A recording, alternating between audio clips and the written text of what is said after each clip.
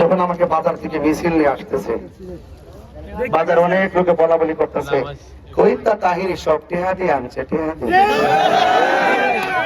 যারা মিছিল করতেছে আমি নাকি এদের টাকা দিয়ে আনছি আজকে মিছিল। হ্যাঁ,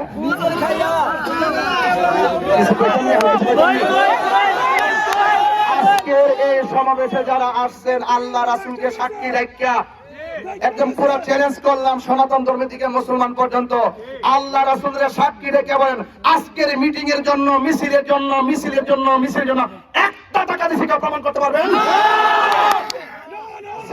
করে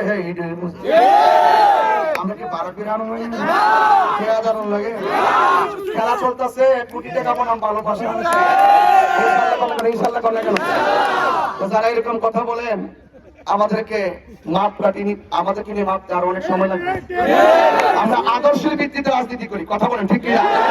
আমার এই পোলাপান সব নিঃস্বার্থে পকেটের টাকা খরচ কইরা এই মোমবাতির পক্ষে না। আমাদের সুন্নিদের মাধ্যমে কোনোদিন দেশের সম্পদ বিদেশে পাচার হয় নাই। আমাদের সুন্নিদের মাধ্যমে কোনোদিন খুন, গুম, রাহাজানি, সন্ত্রাসী, চাঁদাবাজি হয় নাই। এই জন্য সুন্নির এখন কাঙ্ক্ষিত সময়ের দাবি হিসাবে আজ আমরা বলতে চাই, ধর্ম, বর্ণ, দল, মত নির্বিশেষে এই দেশকে সাজাতে হবে।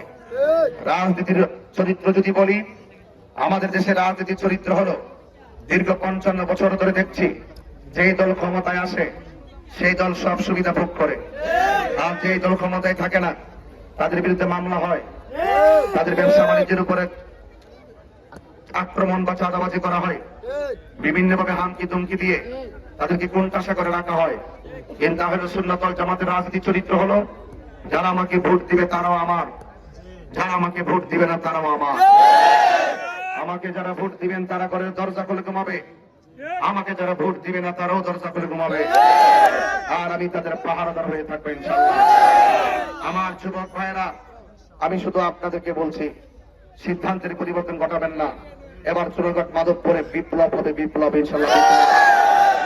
এই বিপ্লবে অংশগ্রহণ করবেন দেশ রক্ষার জন্য, এই বিপ্লবে অংশগ্রহণ করবেন মেহনতি মানুষের অধিকার প্রতিষ্ঠা করার জন্য, এই বিপ্লবে আপনি অংশগ্রহণ করবেন মা বোনদের মূল্যবোধ ফিরিয়ে দেওয়ার জন্য, এই বিপ্লবে আপনি অংশগ্রহণ করবেন সনাতন ধর্ম থেকে শুরু করে চা শ্রমিকদের সঙ্গে যে অর্থনৈতিক বৈষম্য সৃষ্টি করা হয়েছে ওই অর্থনৈতিক বৈষম্য দূর করে এতে টেকসই জীবন ব্যবস্থা এবং স্থায়ী সমস্যা সমাধান করবে প্রত্যেকটা চা শ্রমিকদের মুখে হাসি ফোটানোর জন্য।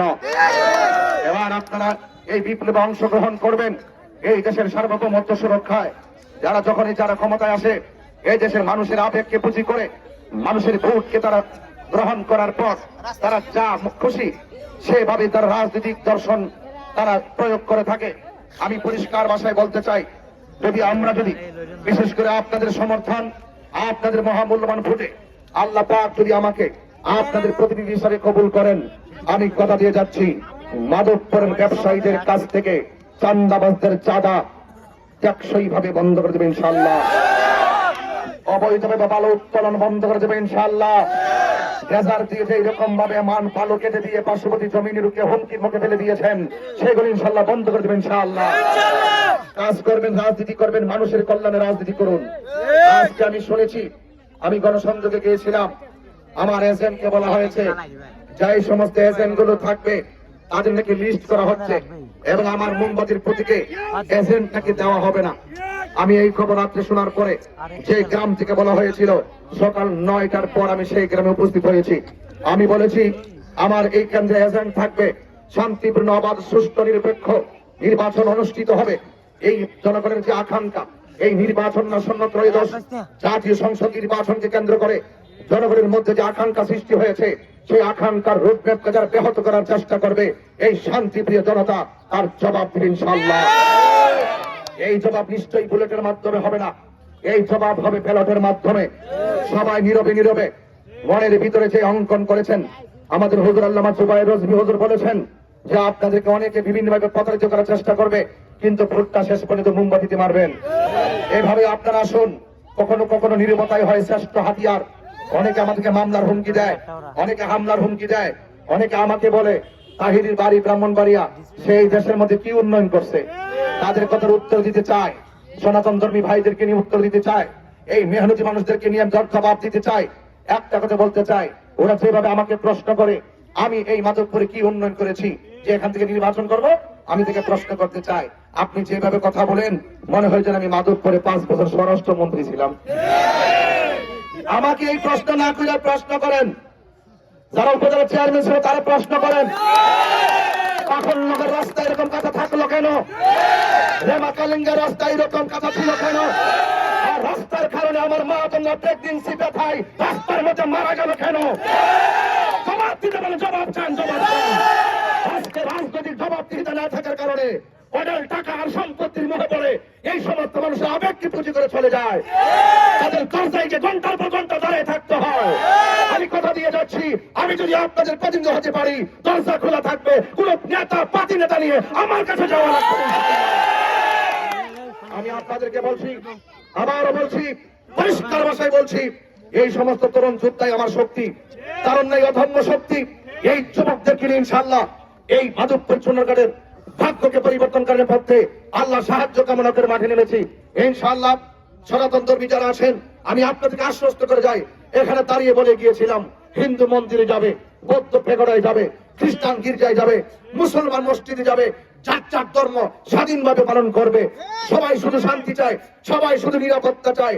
আজকে আপনি চা শ্রমিককে গিয়ে বলেন তোমার পদ ছিল আওয়ামী লীগে, তোমাকে মামলা দেওয়া হবে। আশ্চর্য ব্যাপার শুনে, একটা চা শ্রমিক দিন এনে দিনে খায়, সে কোনো না কোনো কারণে একটা দলের হইতে পারে, হতে পারে কিনা বলেন?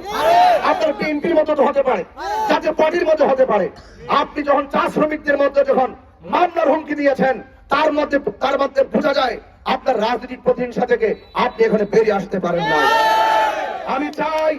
আমি চাই কে কোন দল করে জানি না, আমি যদি আপনাদের প্রতিনিধি হতে পারি, বিনা অপরাধে যারা ছেড়ে গিয়েছে প্রত্যেকটা অপরাধী মাধবপুর চুনারঘাটের প্রত্যেকটা রুখে আমি ইনশাআল্লাহ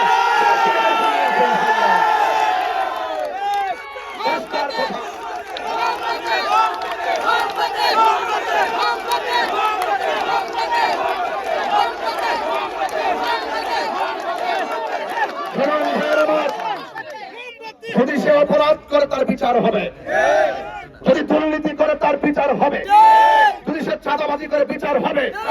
কিন্তু আপনি নিরপরাধ মানুষকে রাজনীতির সূত্র ধরে জেলের পর জেলে ঢুকাই দিলেন, কোথায় তার সন্তান লেখাপড়া করে, কোথায় তার পরিবার কেমনে দিন কাটায়?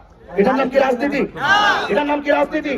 আমরা রাজনীতি আমল পরিবর্তন ঘটাতে চাই, রাজনীতিতে বিপ্লব ঘটাতে চাই।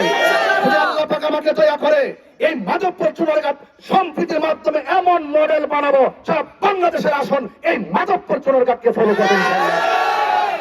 আপনাদেরকে উদাত্ত আহ্বান জানাবো, যেহেতু আমার একাধিক প্রোগ্রাম আছে, আমি আর লম্বা করলাম না। জয় হোক মানবতার, জয় হোক চা শ্রমিকদের।